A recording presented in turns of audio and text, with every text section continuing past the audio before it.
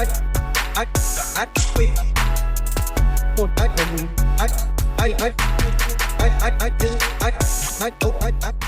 up, YouTube?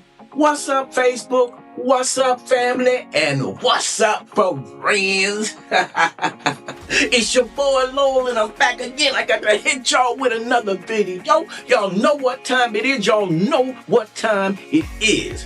Hey, I'd like to welcome you all back to another episode of Papa Lowe's Place. Now, y'all know that Papa Lowe's Place is a place where if it's on your mind, then let's talk about it. If it's something that you're going through, let's talk about it. Family, if it's on TikTok, Twitter, Instagram, all of that stuff, then I say, let's talk about it, all right?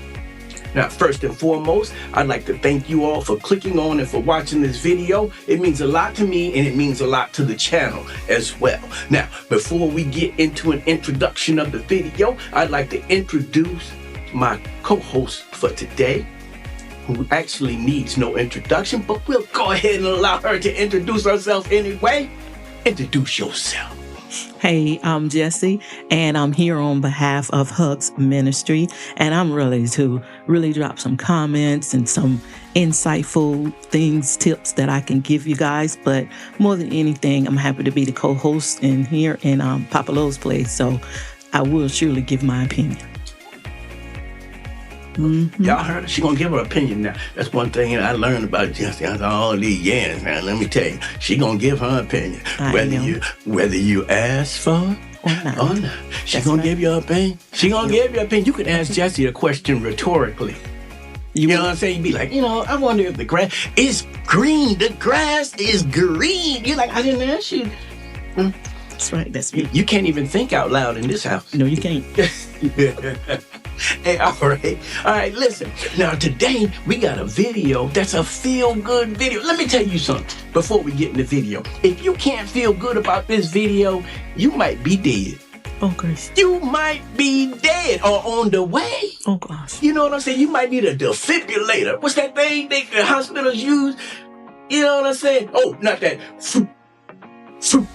Might need one of those. How they be doing like this with it? First, they put the gel on it. And then they put it up to your needle. He got sound effects. Yeah, you might need one of those. If you can't feel good about this video, something is wrong with you. Something wrong with you. You need to dial 1-800-JESUS. All right? But without further delay, I'm going to go ahead and get into the video because the video actually needs no introduction. It speaks for itself. Let's go ahead and get into it, all right? Roll that clip. I'm not asking for $1 million. I just want to ask you all, will you be my forever family? Me and my brother got taken away from our parents at birth, placed into the foster care system. We got adopted by a family at the age of 2 years old. But everybody think like once you hear adoption, like you got it made or like you got, like everything is all good. But in most cases, it's not. Devon told us growing up was really hard, and all he wanted was a loving family relationship. Always wanting a mom and son relationship or a father and son relationship. Like those were relationships that I looked for my whole life. And it was just like, I never could have found it. Until he sold this car. I remember like it was yesterday, they came to look at a 4Runner. The whole family was there, and he started to tell them a bit about his story. Just basically like how I grew up, never heard I love you, never was shown any affection and stuff like that. And while I was in the middle of selling them a car, they started, you could see the tears coming down. And then that's when they ended up telling me like, you could be a part of our family. So when his birthday came around, they took him to dinner. And later on, they invited him to Thanksgiving at their home. It felt different, something I wasn't really used to, but I liked it. It was very... Now, let me stop right there just for a second, family. Some of us grew up with parents in the household and not in foster care or whatever have you. And a lot of times we didn't get that as well, what he's talking about. The I love yous and the hugging and, you know what I'm saying, just the the attaboys that you needed to make you feel good about yourself. So although I was not in foster care, my dad was a working man, and sometimes he left real early. He didn't get home till it was late. So sometimes I could say that as a child, and from my dad, we never got that from my dad because of, other obligations, if you will. So what about you? Well, I got it like when I left home, and I would call home and talk to my parents. I got it, then. But I look at it, here looking back, because they say hindsight is 20/20. Your parents give them what they have at that time, because their priorities are different than yours. Because you're a child and the priority is different. You're looking at your parents to be this everything, provide, show me affection, be here to do this, and this. But at the same time, that provision comes with long hours of working to provide. And like I said, some parents can't give you what they don't have, and so I never looked at what I didn't have when it came to my parents. I focused on what they did give me. Yeah. That was my perspective of what they did give me. Yeah.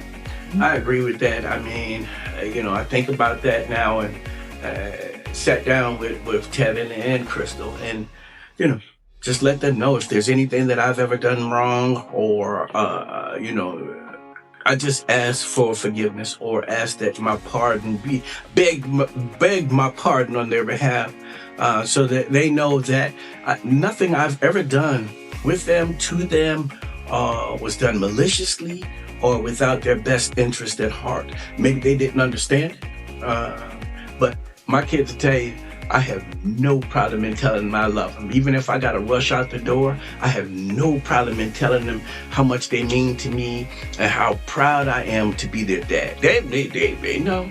They know. I'm not daddy of the year, but I'm a close runner-up. I'm a runner-up now. All right, let's get back to this video. Hold on. Special. They showered me with love, kisses, hugs, and I'm like, wow, like I'm just meeting these people, like, and they showing all of this love, and they accepted me right on in. It just felt like, wow, like, and it's just like showing the world, like, no matter what color you are, you black, red, orange, like, we all are family.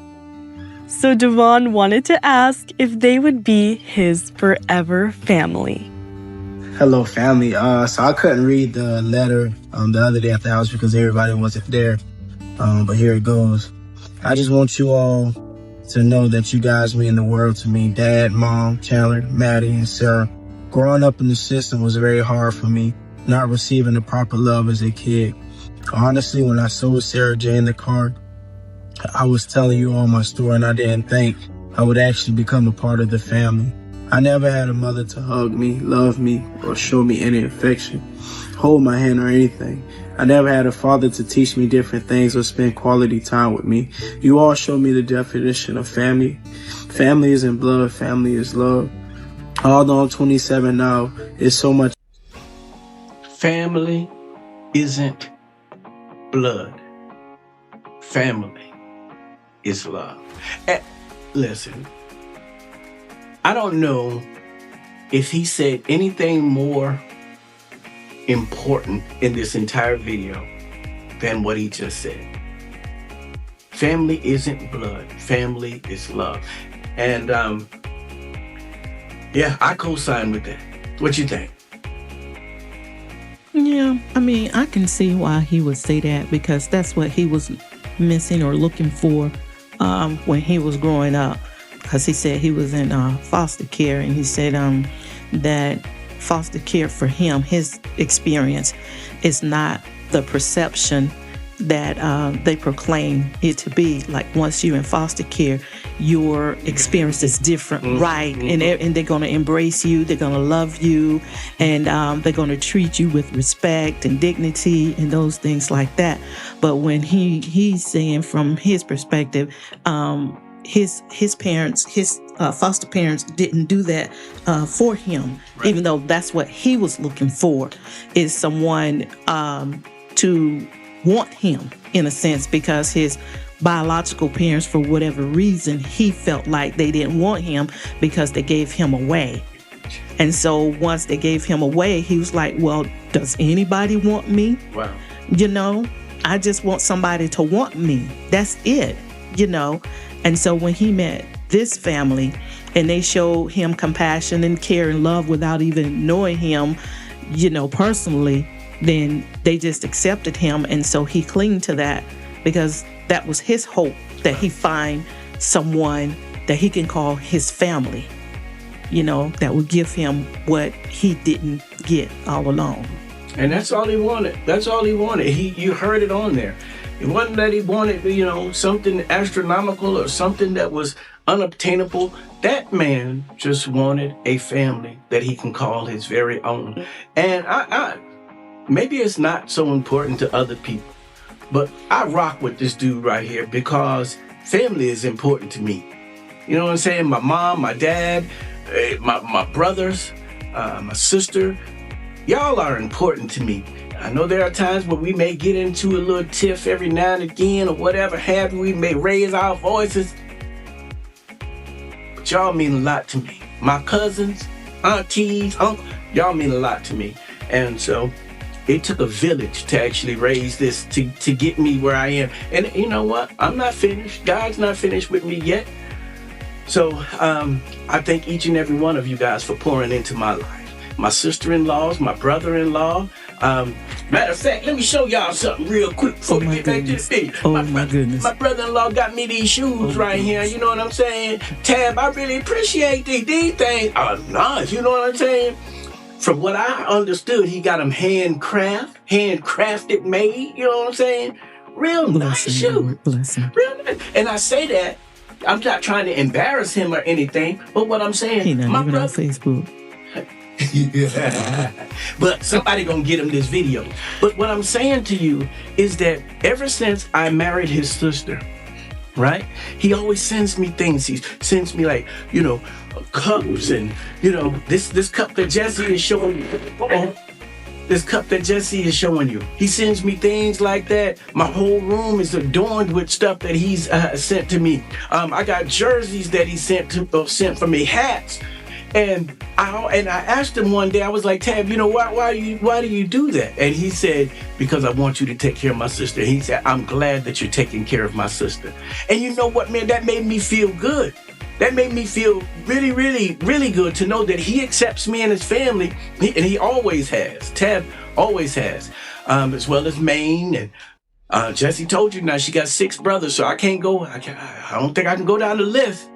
I don't think I could go to. We had a brother, one of our brothers, he lent us some money before the wedding because we weren't rich. We didn't have a whole lot of money, but he lent us. And then when we went to give it back to him, he didn't take it. He was like, nah, you keep it. I was like, well, okay, thank you very much. We sure appreciate it. But yeah, family, I'm telling you, family is so much more than blood. It's love, as this gentleman said. But we're going to go ahead and get back to the video. I'm sorry I went off on a tangent, but that's what we do, baby. That's what we do over here at Papa Lo's Place. Let's get back to the video. I missed out on, but I want to show the world that it's never too late to find your forever family. By the way, Mom, I asked Dad if I could change my last name to Wilkerson, and he said yes. Thank you all for allowing me to be a part of this family. I wanted to give up on being a part of a family, but then God allowed you all to come buy a car for me on March 24th, 21. I'm not asking for $1 million. I just want to ask you all, will you be my forever family? I love you all.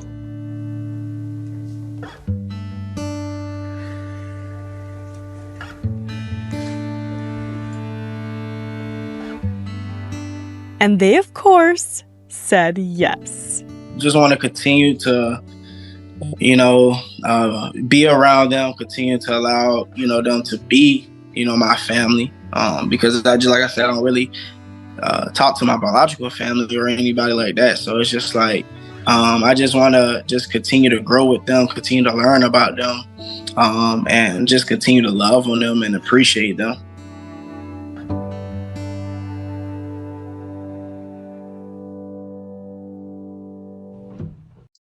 All right, family. Y'all seen that? You heard that video? Seen us give our and heard us give our commentary on this video as well. I'm gonna let Jessie go ahead and start because I have some things that I want to say, but I don't want to steal her thunder as far as what she's gonna say. So I'm gonna go ahead and concede to Jessie, and because I have some things I want to say in regards to that. But Jessie, what do you think? It's a lot to unpack, but for time's sake, I'll just keep it sweet, short, and simple.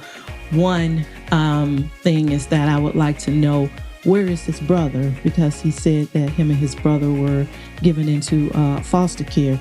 So I'm wondering, where is his brother? And if he tried to contact his brother to have a loving relationship, with his brother, if that's at all possible.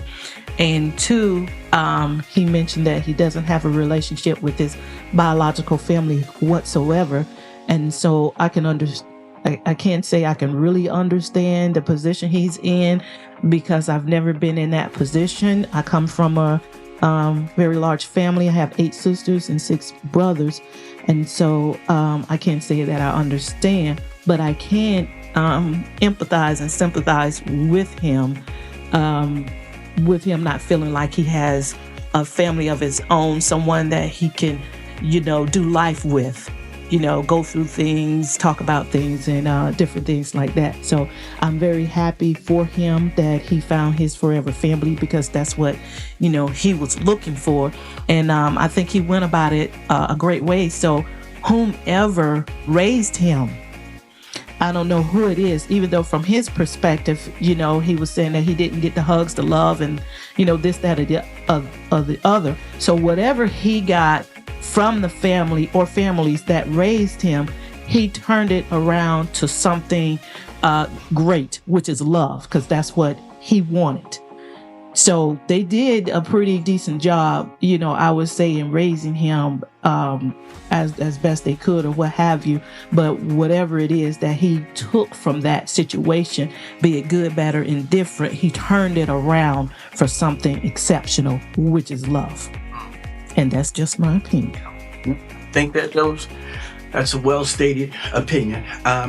Now, I really want to talk about an aspect of this video that's like the elephant in the room that we can't talk about.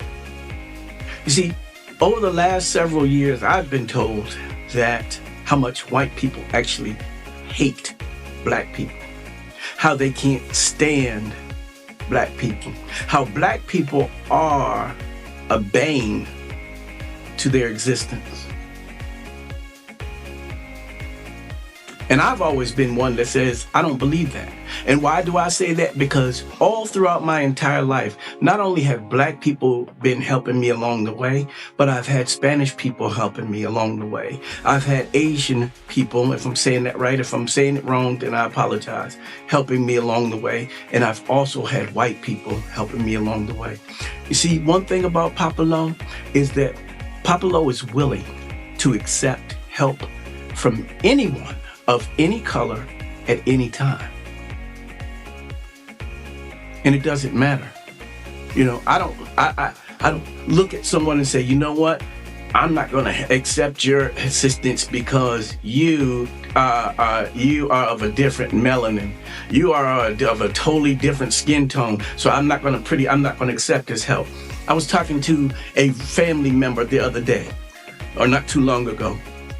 And they were running with the same rhetoric of how white this, white that, white this, white that. And I said, well, then how is it that you go into their grocery stores? Not saying that all white people own all the grocery stores, but what I am saying is, let's keep it real.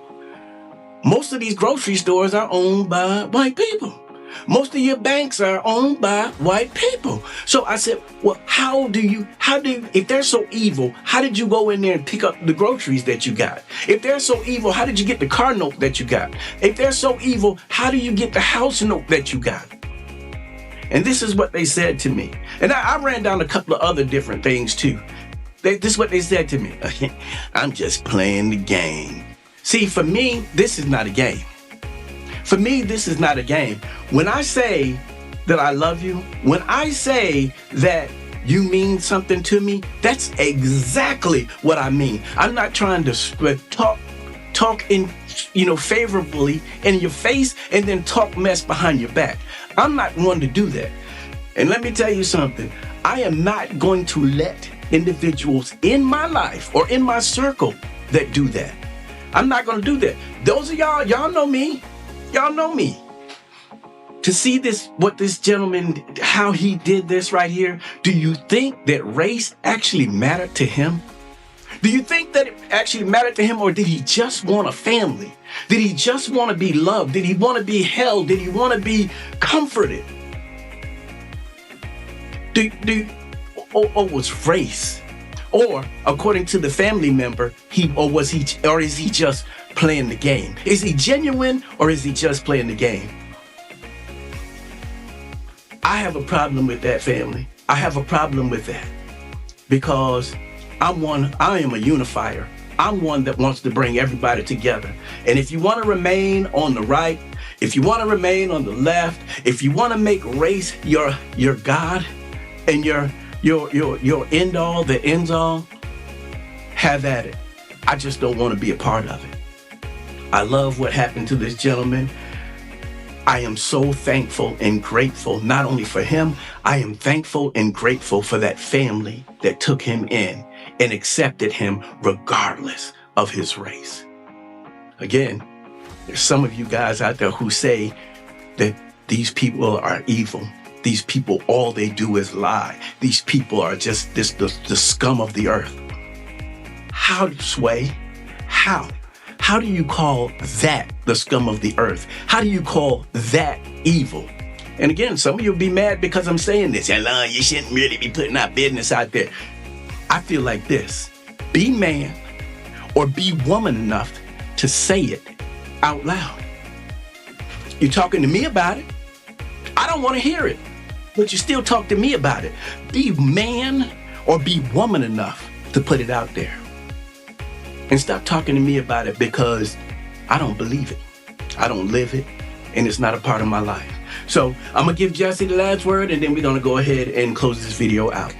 Okay, all right. Miss Jessie says she good. I guess I done stole too much of time, but that's all right. I'd love to hear what you guys have to think. Do you think that maybe, he should have found a black family to be a part of? I mean, he's going to lose his heritage. He's going to lose all of his, all of his inner beings. These people are not worthy to. Or do you think that, good for him? He wanted love. He searched for love and he found it. Didn't matter what color they were. Didn't matter what ethnicity they didn't matter, none of that.